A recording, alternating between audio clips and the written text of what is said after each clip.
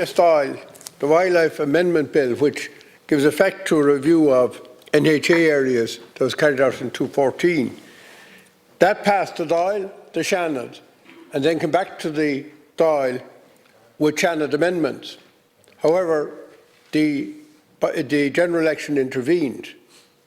Now, I note that the Wildlife Amendment Bill is on the list of other bills. That's the bills in Never Land in the present. And can you explain why it's not on the priority list, and why this bill that was ready passed by the Dáil and Seanad, and it was just waiting a few amendments to be cleared by the Dáil, doesn't get introduced and quickly become law?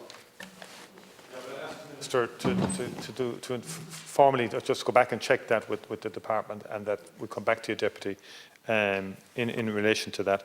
I would just say generally the government has taken a very significant initiative on wildlife, particularly in terms of the creating of a new agency for the NPWS, National Wildlife Service, and a significant expansion of resources and of staff, because we're very anxious around the protection of wildlife or biodiversity, which is central.